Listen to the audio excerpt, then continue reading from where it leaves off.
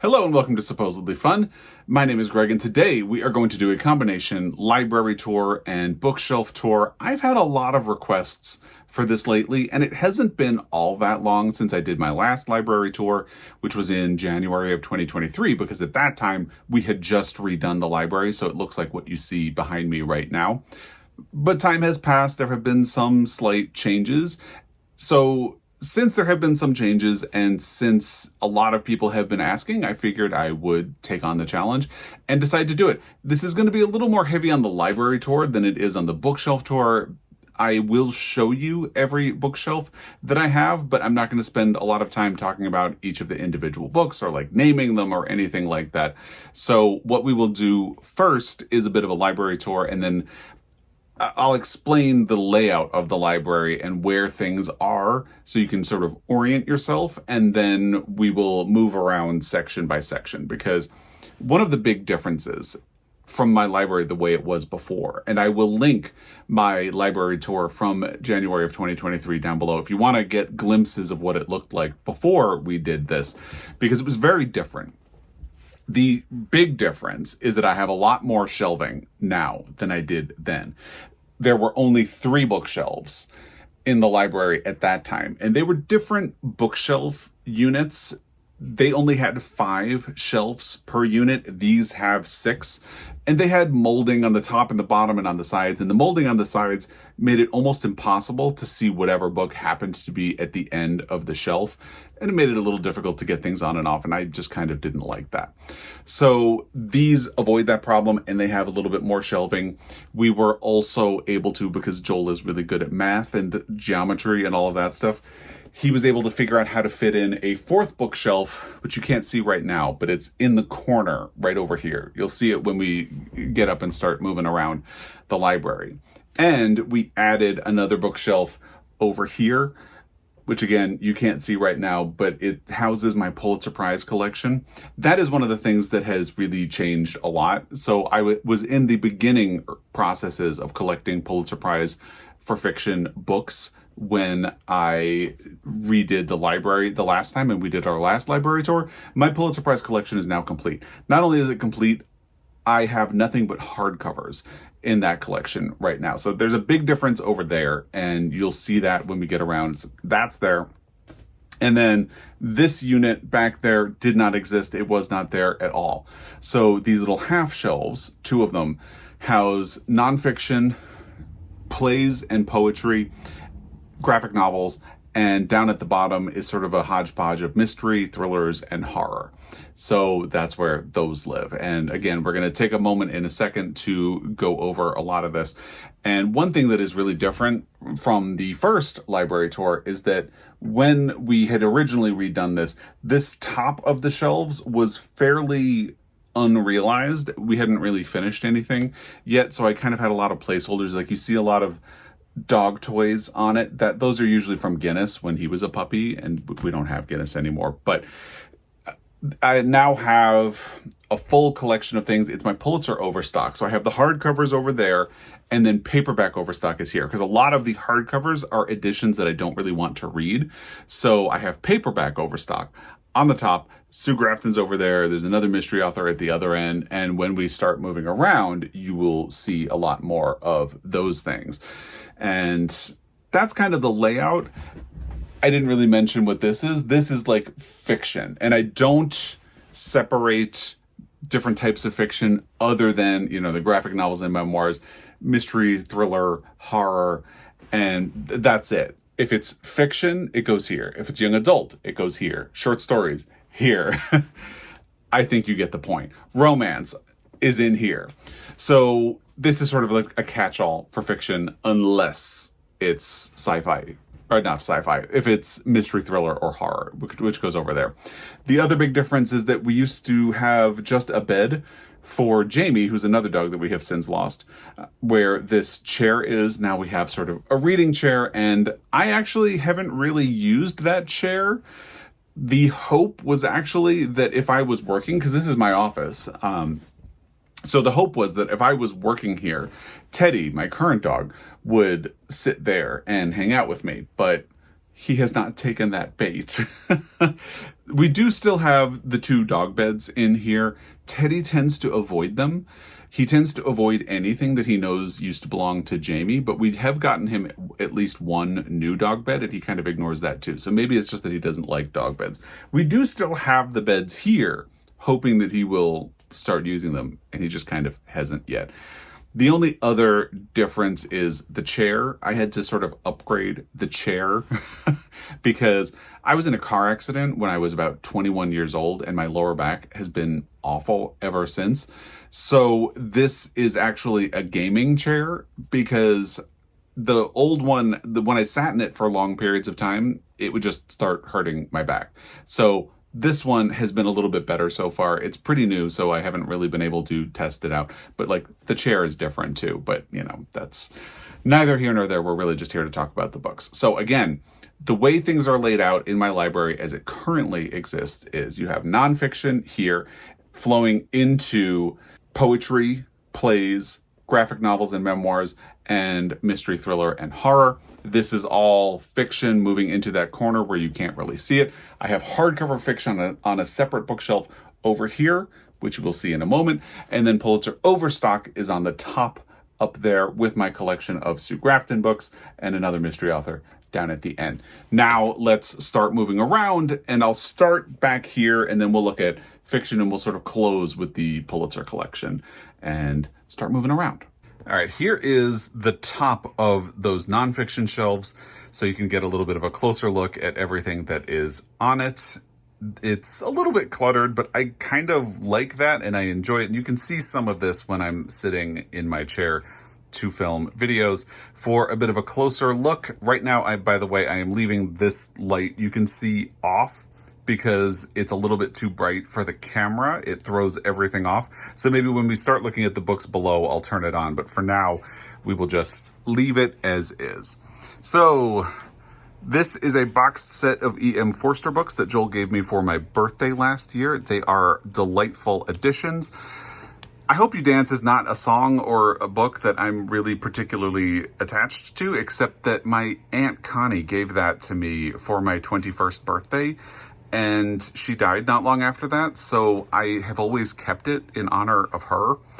The Boy Who Fooled the Giant and The Top of the Pizzas are beloved childhood books that I don't think are in print anymore and would be difficult to find, so I hold them close. These are just old editions of Edna Ferber Cimarron and Goodbye to Berlin. I have other copies on the bookshelf, but they were too pretty to let go of, so they are here. And then I love this edition of Frankenstein as well. And then on the top, I have this Giovanni's Room card, which kind of matches this Kurt Vonnegut that you see over here, and I need to get a little frame for it. And then I have extras of this sign, which Montana Book Company had for Independent Bookstore Day this past year, and I picked out the most colorful one that I really liked a lot and put it on the wall, and now I need to figure out what to do with those. This was for Independent Bookstore Day a couple of years ago. It's a map of participating independent bookstores in the United States. You can see, you can definitely tell where we live because we've been to most of the ones in here. We went to Colorado and did an independent bookstore tour and managed to hit a lot of those stores. I'll link the video with our independent bookstore tour down below if you'd like to check that out. We have Charlie Brown, of course. Gaze the Word is an independent bookstore that is on my bucket list. I would really like to visit it someday. They did this print and they weren't shipping internationally, but Jen the librarian was kind enough to purchase a copy and ship it to me, and then I just paid her for it. And then we have some stickers. This is my mother's mother, my grandmother. We lost her about 2 years ago, so I keep the photo here. This drawing was done by my niece when she was about 3 years old, and she is 15 now, so what is time? The Academy Awards book in the front was, so an older edition of that book is kind of what started me on my Academy Awards obsession. I already had it, but the fact that I could look at what had won every year. Of course, we have Ruth Bader Ginsburg. And there's that Kurt Vonnegut. These little Welsh Terrier things had been gifts. They were put on a birthday cake for my birthday a couple of years ago. The marriage, the great gift, was a present to me from Joel's cousin on our wedding day because she said I needed to take good care of her cousin. This pile you see right here is old, rare, or just fun editions of books. I think that's a first edition of Rosemary's Baby. This is a signed Upton Sinclair or Sinclair Lewis. I actually don't remember which. And then these are just kind of fun pulp books on the top of Confederacy of Dunces and A Voice at the Back Door. It's an early edition of Lord of the Flies. And the prize of my collection, Assigned to Kill a Mockingbird. If you're wondering who the best husband is, it's me. This pile is beloved children's books, some of which I read as a kid and some, like Hug Time, I discovered as an adult and really loved. I had thought at one point that I would recollect all of the Little House on the Prairie books, and I obviously stopped at 3, but I did get hardcover editions of some of the books that were my favorites when I was a kid, such as A Wrinkle in Time, and this Haunted House pop-up book is really fun. The Miraculous Journey of Edward Tulane is a newer book, but it's probably the book that I gift to people the most. Owl and the Pussycat was a favorite of mine when I was very young, and so that is a treasured pile of books.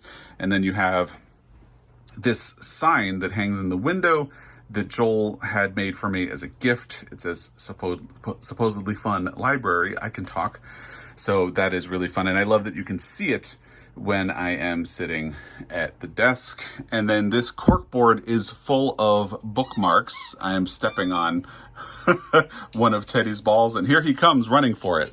So here, let's get that for him.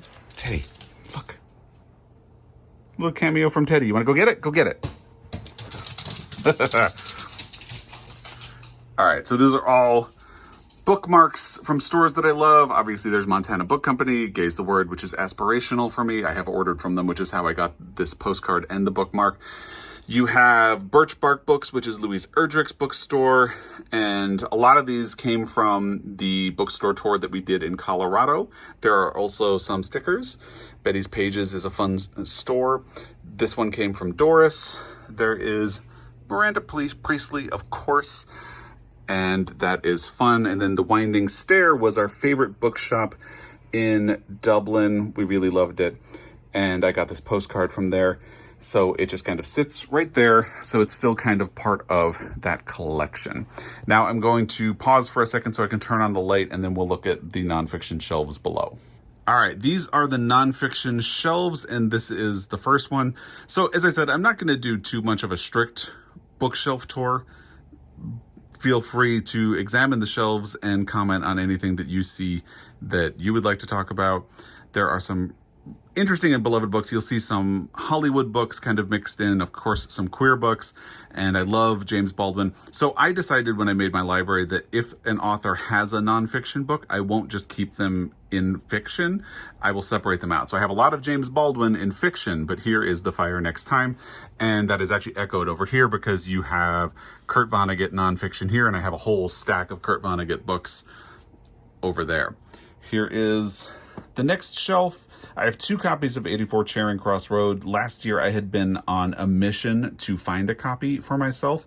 I finally found this edition at a used bookstore in Pullman, and then this one, the paperback, was a gift, and I absolutely love The Inland Island. I ordered a copy of it used after I got it from the library, and I was really hoping that it was going to be this edition of it, and it was, because this is the edition that I got from the library. It has the great illustrations and everything, and I really love that book.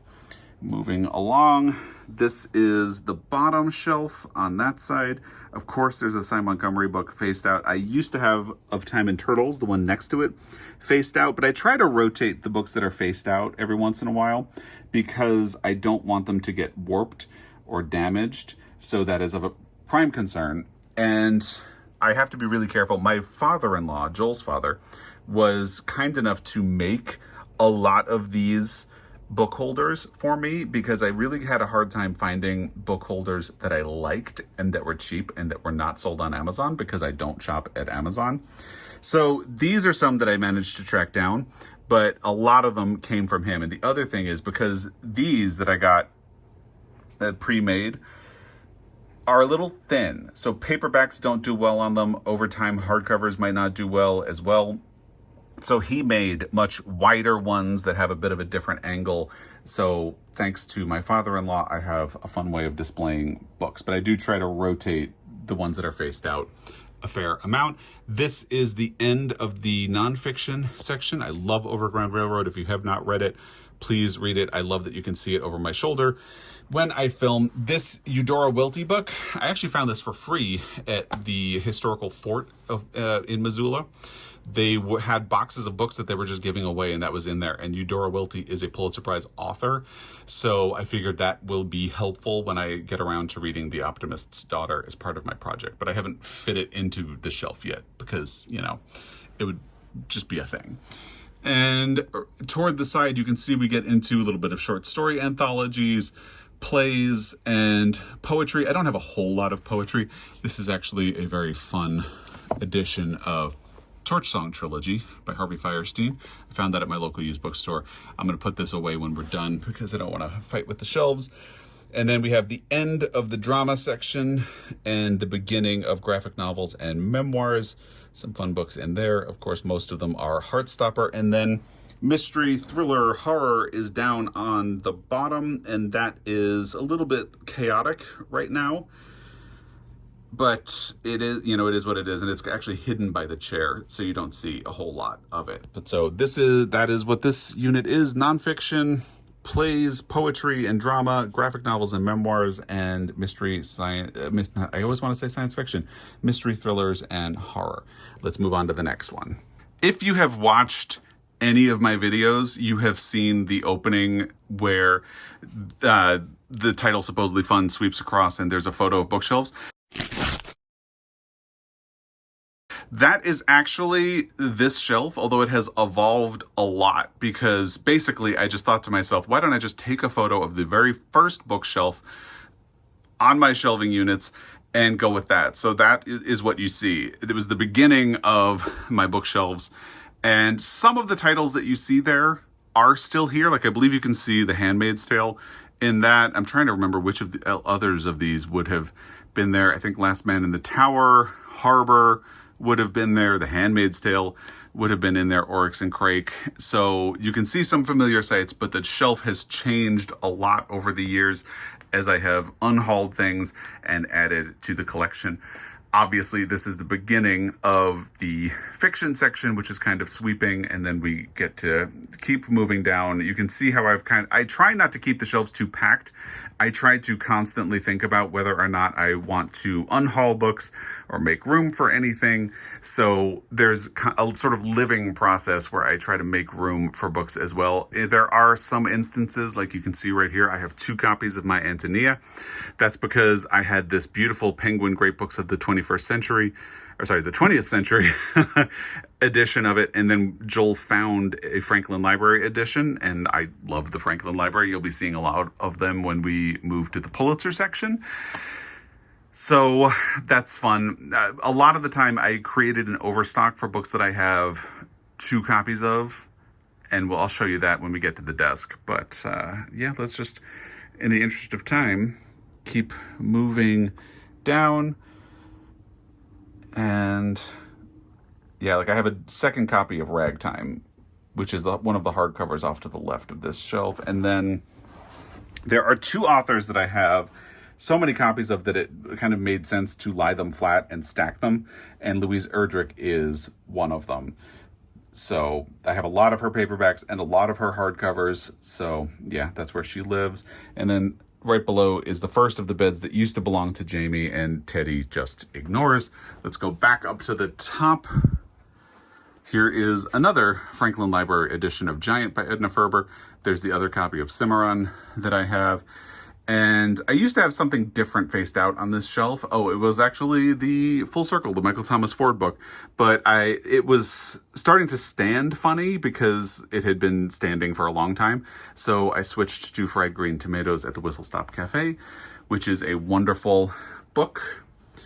Matrix by Lauren Groff is faced out on this shelf. I originally tried to have something faced out on every shelf, and obviously you can see some cases where I've had to get away from that. But I've tried to keep something faced out on every shelf. Found this really fun edition of Roots at my local used bookstore. It will be an addendum to my Pulitzer Prize project. Love Songs of W.E.B. Du Bois was one of the original books to be faced out, and actually, because it is such a big book, I needed a solution for it, so Joel actually warped one of the original book holders that I found, so it would be long enough to hold that on the shelf. Then we get to a lot of Barbara Kingsolver and a lot of Jhumpa Lahiri on the bottom of this one, and then we can continue on. You never really see that face out of The Bad Muslim Discount, but that's a fun book. And then I also tried to keep authors on the same shelf. This is one of the instances where it didn't work. We start James McBride at the end there and continue here. And I admit part of that is that I love having The Good Lord Bird over my shoulder. I end up pointing to it a lot. So I try to keep it there over the shoulder, and I don't want it to move away. Unfortunately, the Love Songs of W.E.B. Du Bois moved down enough that you don't really see it very much, and I miss having it over my shoulder, so I don't want to let go of The Good Lord Bird. I want to keep it there as long as I can. And then A Place for Us, another one I try to keep permanently because I feel like that's a book not a whole lot of people know about, and I want people to be able to discover it. I have a lot of Toni Morrison books, but I tested, and it would actually take more room to lie them flat than it would to have them standing as they usually would. So they are going to stay that way. Move down, and then we're getting toward the bottom. I have a Growing Ann Patchett collection. I have almost every book that Tom Perrotta has published, and I don't really know why anymore, but oh well. My Beloved The Secret Lives of Church Ladies, my Annie Proulx books, Another Bed That Teddy Ignores because it used to belong to Jamie, or maybe he just doesn't like beds, we don't know. And you can see this is where we start coming out, and that fourth shelf starts. A lot of fun books in here, a lot of books I need to get to. Catcher in the Rye. I know not a lot of people love that book as much as I do, but I am a big fan. I read it at the right time in my life, for sure. All My Puny Sorrows is a devastating and wonderful book. I used to have Shuggie Bain faced out, but again, even the hardcovers, sometimes they start to warp a little bit if you leave them standing on their own long enough. So I'm trying out All My Puny Sorrows right now. Kurt Vonnegut is the other author that I own enough books that it makes more sense to have them stacked vertically like this. So it's kind of fun. Makes it difficult to get stuff out, but it works just fine. And Edmund White, an author I need to read at some point. And then here is where the alphabet ends. I love The Yield. Have a good amount of space in there to keep growing because it's difficult to try to move the Kurt Vonnegut books. So I try to make sure I always have space in here. And here is my pride and joy, the Pulitzer shelf. We start at the beginning. So on the top, I have some rare or older hardcover editions for things that I also have Franklin Library editions. You can see I did kind of cheat. A lot of the early editions of the Pulitzer books that I have are Franklin Libraries. There are only a couple that are like the original hardcover. This is actually a first edition of The Way West by A.B. Guthrie. It's just not in very good condition, which is why I was able to afford it. Not my favorite copy of The Old Man and the Sea either, but it is certainly doing the job for now, especially since the Franklin Library editions of that one are really expensive. But anyway, some of those, I do have a Franklin Library edition, but I also got a hardcover that I didn't want to get rid of, and that's why those live up there. You can see as they get older, you know, Alice Adams, it looks very different from the rest of those. I have these arranged in chronological order, and I had to work really hard to find a non-racist hardcover copy of Gone with the Wind. I really struggled with whether or not I wanted to have a copy of that on my shelf anyway, because I really didn't like that book. I do think it's a racist book. I will link my video about that down below. And what I finally had to do is I had to find a hardcover that didn't have a dust jacket. That's the only way I could have an edition of Gone with the Wind to put on my shelves that didn't have a Confederate flag or anything kind of like racist iconography like that. So that was sort of the compromise that I had to make for that. Let's move a little bit down. You can see where I start getting the Franklin Library editions kind of stop, and we start getting into more current editions of books. This is a reproduction of the first edition of To Kill a Mockingbird, and the only paperback that still exists in the collection is the Netanyahu's, which is down there, the blue one toward the middle, because there is no hardcover edition of that. And the only reason I have a hardcover of Tinkers is because I got this European edition. The hardcover, especially the hardcover first edition in the US, would have been very expensive. And I still have room to grow. I have a little bit of some overstock of my book holders, and I can remove some of these face outs and it'll be fine. So I have plenty of room to grow. But that is my Pulitzer collection. Actually, you can see on this dated closet door right here. This is my list of the winners, and the ones in blue are books that I had read either when they were announced as winners or had read before I decided to do this project. Pink is for years there weren't winners. Orange is for books that I read as part of my project, and if there's a green line, if there's a little orange line next to a blue, it means I reread it for the project. And the green line means I made a video about it. So that's kind of a little key right there for the Pulitzer collection. And real quick, Teddy is being adorable before we pivot to the Pulitzer Overstock. And by the way, that really illustrates that he would rather lie on the carpet than use one of these beds. That's Teddy. So I had gotten rid of all of my Sue Grafton books somewhere along the way because I thought if I'm going to reread these, I would probably do it as an ebook. And then I realized I don't like reading ebooks. So I started recollecting all of the books.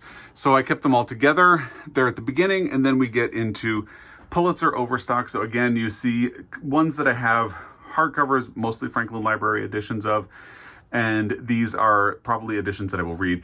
There are occasions, like I have 2 copies of The Bridge of San Luis Rey, but these are probably the editions that I will read, and then I'll decide if I want to keep the extra copy of them or not. And these are all toys that belonged to Guinness, my first dog, when he was around, and now they live up there as nice little memories of him. Joel really loves the Tess Gerritsen books, and I do as well, that have Rizzoli and Niles, so they live at the end. And then I have some Entertainment Weeklies, a book I found for free by Estelle Getty called If I Knew Then What I Know Now, So What? So that's the top. Now let's have a quick look at my desk. All right, well, this is the real.